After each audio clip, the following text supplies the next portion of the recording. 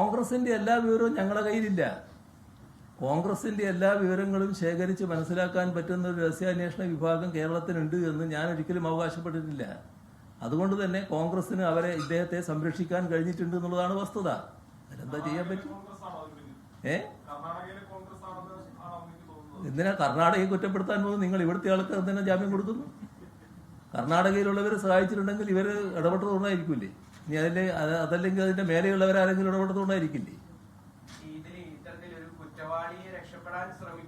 സഹായിക്കുന്നവരും കുറ്റക്കാരാണല്ലോ നമ്മുടെ നിയമവ്യവസ്ഥ അനുസരിച്ച്. അങ്ങനെയാണെങ്കിൽ ഇങ്ങനെ രാഹുലിന് ഒളിവിൽ പോകാൻ സഹായിച്ചവരെയും ഈ കേസിൽ ഉൾപ്പെടുത്തേണ്ടതാണോ? അത് വ്യക്തമായാൽ അവരെല്ലാം കേസിൽ പെടുമല്ലോ. ഈ കോൺഗ്രസ് നേതാക്കൾ അങ്ങനെ സഹായിച്ചിട്ടുണ്ടെങ്കിൽ അവരും കേസിൽ. അല്ല, അങ്ങനെ നിങ്ങൾക്ക് അഭിപ്രായം ഉണ്ടെങ്കിൽ അത് പറഞ്ഞു കൊടുക്കുമോ? അതിന് ആവശ്യമായ നടപടി എടുക്കുമല്ലോ. അന്വേഷണത്തിന്റെ കാര്യം എനിക്കറിയില്ല, ഞാനിപ്പോ അത് അന്വേഷിച്ചിട്ടില്ല. കായിക കേരളം ഏറ്റവും പ്രതീക്ഷയോടെ കണ്ടതാണ് മെസ്സി കേരളത്തിലേക്ക് എത്തുമെന്നുള്ള ഒരു വാർത്ത. അത് ഏത് നിലയിലെത്തി, എവിടെയാണ്? എനിക്കറിയില്ല അതിനെപ്പറ്റി. സർക്കാർ തലത്തിൽ തന്നെ നേരിട്ട് എനിക്കിപ്പോ അതിനെപ്പറ്റി അറിയില്ല. അതാണ് സ്പോൺസറെ കണ്ടെത്തുന്നതിൽ വലിയ വീഴ്ച സർക്കാരിനുണ്ട്. ഞാൻ പറഞ്ഞില്ലേ, എനിക്കറിയില്ല എന്ന് പറഞ്ഞില്ലേ. ബിജെപി സംസ്ഥാന പ്രസിഡന്റ് രാജീവ് ചന്ദ്രശേഖർ ഇതുപോലെ പരിപാടിയോട് പങ്കെടുത്തിരുന്നു. അദ്ദേഹം തദ്ദേശ സ്ഥാപനങ്ങളെ കുറിച്ച് പറഞ്ഞു. തദ്ദേശ സ്ഥാപനങ്ങൾക്ക് കൊടുക്കുന്ന ഫണ്ട് ഏറിയ പങ്കും വേസ്റ്റ് ആണ്. തദ്ദേശ സ്ഥാപനങ്ങൾ, കേരളത്തിലെ തദ്ദേശ സ്ഥാപനങ്ങൾ എന്ന് പറഞ്ഞാൽ അഴിമതിയുടെ മുഖമുദ്രയാണ്. അദ്ദേഹം ഇവിടെ വന്ന് പറഞ്ഞു പോയത്. അതിനെ കുറിച്ച് അദ്ദേഹം ഒരു മലയാളിയാണ് എന്നത് നമ്മൾ ഖേദിക്കാതെന്ന് മാത്രമേ പറയാൻ പറ്റൂ. കാരണം എങ്ങനെയാണ് ഇത്രയും വസ്തുതാവിരുദ്ധമായ കാര്യങ്ങൾ പറയാൻ പറ്റുന്നത് എന്നാണ് നാം ചിന്തിക്കേണ്ടത്. നമ്മുടെ നാട്ടിലുള്ള തദ്ദേശഭരണ സ്ഥാപനങ്ങൾ വളരെ സ്തുത്യർഹമായ രീതിയിൽ പ്രവർത്തിച്ചുകൊണ്ടിരിക്കുന്ന സ്ഥാപനങ്ങളാണ്.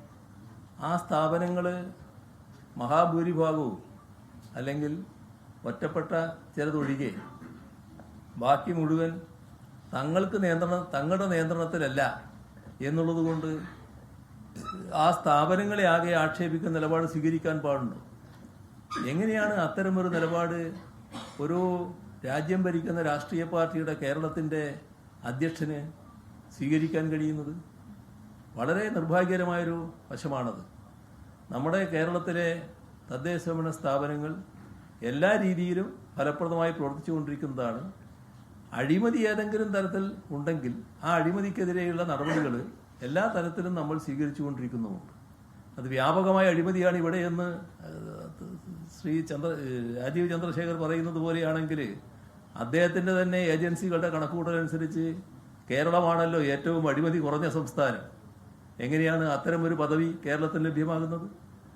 അപ്പോൾ അതൊന്നും വസ്തുതാപരമല്ല, തങ്ങളുടെ കൂടെയല്ല എന്നുള്ളത് കൊണ്ട് അതിനെ ആക്ഷേപിക്കുന്ന നിലയുടെ ഭാഗമായിട്ടുള്ള ഒരു വിലയിരുത്തൽ മാത്രമാണ്. സംസ്ഥാന സർക്കാരിന്റെ പ്രവർത്തനത്തിന്റെ വിലയിരുത്തൽ എത്രത്തോളം ഉണ്ടാവും?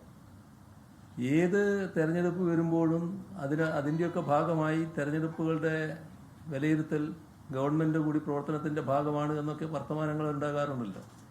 അത് എല്ലാ കാര്യത്തിലും ഉണ്ടാകും. എല്ലാ ദിവസവും ഗവൺമെന്റ് പ്രവർത്തനങ്ങൾ വിലയിരുത്തി പോവുകയാണ്. ഞാൻ പറയട്ടെ, നമ്മുടെ നാട്ടിലെ ജനങ്ങൾ ആ കാര്യങ്ങൾ ദൈനംദിനം വിലയിരുത്തി പോവുകയാണ്.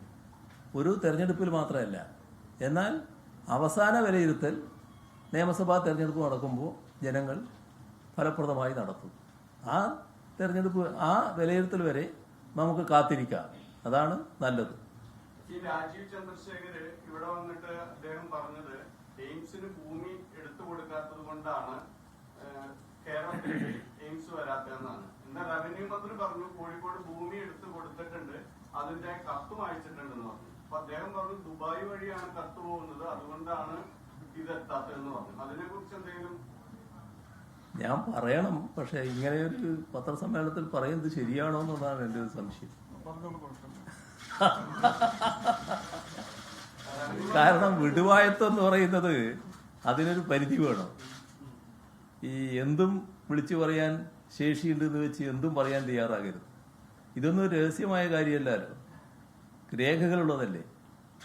അതിന് കോഴിക്കോട് സ്ഥലമെടുത്തത് എല്ലാവർക്കും അറിയാവുന്ന കാര്യമാണല്ലോ. അദ്ദേഹം ചിലപ്പോൾ ആ സമയത്ത് കേരളത്തിലുണ്ടാവില്ല. ഇപ്പോൾ ആയിരിക്കും അദ്ദേഹം കേരളത്തിൽ വന്ന് കാര്യങ്ങൾ മനസ്സിലാക്കാൻ തയ്യാറാകുന്നത്. ലോകത്തെവിടെയായാലും ഏത് സമയത്തും 24 വാർത്തകളും ഓഗ്മെന്റഡ് റിയാലിറ്റി പാക്കേജുകളും എക്സ്പ്ലെയിനറുകളും വിശദമായി കാണാൻ ഞങ്ങളുടെ യൂട്യൂബ് ചാനൽ നിങ്ങൾക്ക് സബ്സ്ക്രൈബ് ചെയ്യാം.